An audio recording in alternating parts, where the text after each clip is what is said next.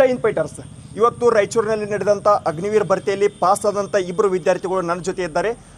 Running pass ಆದ ನಂತರ ಅಲ್ಲಿ ಒಳಗಡೆ ಯಾವ ರೀತಿ ಪ್ರೊಸೆಸ್ ಇರ್ತೈತಿ, ಡಾಕ್ಯುಮೆಂಟ್ ಯಾವ ಥರ ಚೆಕ್ ಮಾಡ್ತಾರೆ, ಹೈಟ್ ಯಾವ ಥರ ಇರ್ತೈತಿ, ಚೆಸ್ಟ್ ಯಾವ ಥರ ಚೆಕ್ ಮಾಡ್ತಾರೆ, ಆಮೇಲೆ ಡಾಕ್ಯುಮೆಂಟ್ ಕಡ್ಡಾಯವಾಗಿ ಇವು ಇರಬೇಕಂತ ಸರ್ ಅಂತೇಳಿ ಭಾಳಷ್ಟು ವಿದ್ಯಾರ್ಥಿಗಳು ಕೇಳಕತ್ತಿದ್ರಿ. ಅದಕ್ಕೆ ಕ್ಲಾರಿಫಿಕೇಶನ್ ಈ ವಿದ್ಯಾರ್ಥಿಗಳು ಕೊಡ್ತಾರೋ. ಸಂಪೂರ್ಣವಾದಂಥ ಈ ವಿಡಿಯೋನ ನೋಡಿರಿ. ನಮಸ್ಕಾರ ಪಿ. ನಮಸ್ತೆ ಸರ್. ಯಾವರಿಂದ ಬಂದ್ರಿಪ್ಪ? ಸರ್ ನಾವು ಕೊಪ್ಪಳ ಜಿಲ್ಲಾ ಯಲಬುರ್ಗಾ ತಾಲೂಕು ತರ್ಲಕಟ್ಟಿ ಅಂತ ಸರ್. ಹೌದಾ? ಈಗ ರನ್ನಿಂಗ್ ಪಾಸ್ ಆಗೈತೆ ಪಿ? ಹಾಂ ಸರ್, ಪಾಸ್ ಆಗಿದೆ. ಎಷ್ಟನೇ ಗ್ರೂಪ್ ಹೊಡೆದ್ರಿಪ್ಪ? ಸರ್ ನಾನು ಬೆಳಗ್ಗೆ 5ನೇ ಗ್ರೂಪ್ ಸರ್. 5ನೇ ಗ್ರೂಪ್ ಒಳಗೋಡ್ರಿ. 5ನೇ ಗ್ರೂಪ್ ಒಳಗೋಡ್ರಿ. ಹಾಂ ಸರ್. ರನ್ನಿಂಗ್ ಪಾಸ್ ಆದ ನಂತರ ನೆಕ್ಸ್ಟ್ ಏನೇನು ಚೆಕ್ ಮಾಡ್ತಾರಪ್ಪ? ಸರ್ ರನ್ನಿಂಗ್ ಪಾಸ್ ಆದ ನಂತರ ನಮ್ದು ID ಕ್ರಿಯೇಟ್ ಆಗುತ್ತೆ ಸರ್. ID ಕ್ರಿಯೇಟ್ ಆಗಿಂದೆ ನಮ್ದು ಪುಲ್ಅಪ್ಸು ಅವೆಲ್ಲ ಆಗಿಂದೆ ಡಾಕ್ಯುಮೆಂಟ್ಸ್ ನಮ್ದು ಹೈಟು, ಚೆಸ್ಟ್, ವೇಟ್ ಸರ್.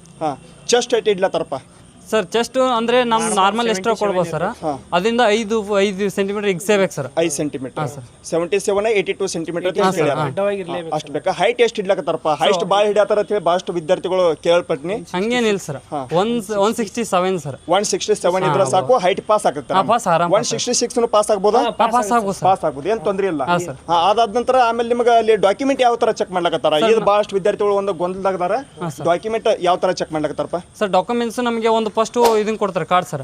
ಆ ಕಾರ್ಡ್ ಎಲ್ಲ ಫಿಲ್ಅಪ್ ಮಾಡಿಂದೆ ನಮ್ದು first marks card, Aadhaar card, PAN card, residency, ಡೊಮೇಷನಲ್ಲು, ಇದು ಕೋರ್ಟ್ ಅಪ್ಡೇಟು, ಇಷ್ಟಿದ್ರೆ ಓಕೆ ಸರ್.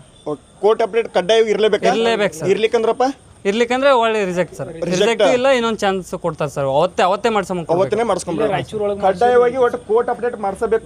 ಸ್ಕೂಲ್ ಒಳಗಡೆ ಹೋಗಿ, ಕಾಲೇಜ್ ಒಳಗಡೆ ಹೋಗಿ ಆಟೋ ಸ್ಟೇಟ್ ಮಾಡಿಸ್ಬೇಕು. ಇದ್ರೊಳಗೆ ರೆಸಿಡೆನ್ಷಿಯಲ್, ಡೊಮೆನ್ಷಿಯಲ್, ಕಾಸ್ಟ್ ಇನ್ಕಮ್ ಯಾವ್ದಾರ ಒಂದು ಇರ್ಲಿಕ್ಕಂದ್ರಪ್ಪ ನಡೀತೈತೆ ಸರ್. ಟೈಮಿಂಗ್ ಕೊಡ್ತಾರೆ ಸರ್. ಅವ್ರಿಗೆ ಟೈಮಿಂಗ್ ಕೊಡ್ತಾರ, ಮಾಡಿಸ್ಕೊಂಡ್ ಬಂದ್ರೆ ನಡೀತೈತೆ. ಹೌದಾ?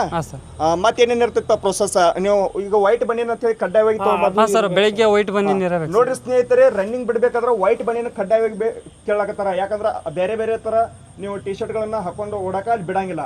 ಯಾಕಂದ್ರೆ ಅವ್ರನ್ನ ಅಂತ ವಿದ್ಯಾರ್ಥಿಗಳು ಲೇಟ್ ಮಾಡಿ ಅವ್ರನ್ನ ರನ್ನಿಂಗ್ ಬಿಡ್ಲತ್ತಾರ. ವೈಟ್ ಬನ್ನಿ ತರೋ ಮಟ್ಟ ರನ್ನಿಂಗ್ನ ಬಿಡ್ಲತ್ತಿಲ್ಲ. ವೈಟ್ ಬನ್ನಿನ ಕಡ್ಡಾಯವಾಗಿ ತಗೊಂಬರ್ರಿ. ಮತ್ತಪ್ಪ ರನ್ನಿಂಗ್ ಓಡ್ಬೇಕಾದ್ರೆ ಶೂಸ್ ಹಾಕೊಂಡ್ರೆ ಚಲೋ ಕಂಫರ್ಟೇಬಲ್ ಆಕೈತಿ, ಹಂಗ ಬರಗಾಲಿ ಓಡ್ರೆ ಕಂಫರ್ಟೇಬಲ್? ಗ್ರೌಂಡ್ ನಿನ್ನೆ ಚೆನ್ನಾಗಿತ್ತು ಸರ್. ಇವತ್ತು ಮಳೆ ಆದ ಕಾರಣ ಶೂಸ್ ಅಲೋ ಅಷ್ಟೇನು ನಮ್ಗೆ ಇದಿಲ್ಲ ಸರ್. ಶೂಸ್ ಹಾಕಿಂದ ಓಡಿ ಸಖತ್ ಓಡ್ತೀವಿ ಸರ್.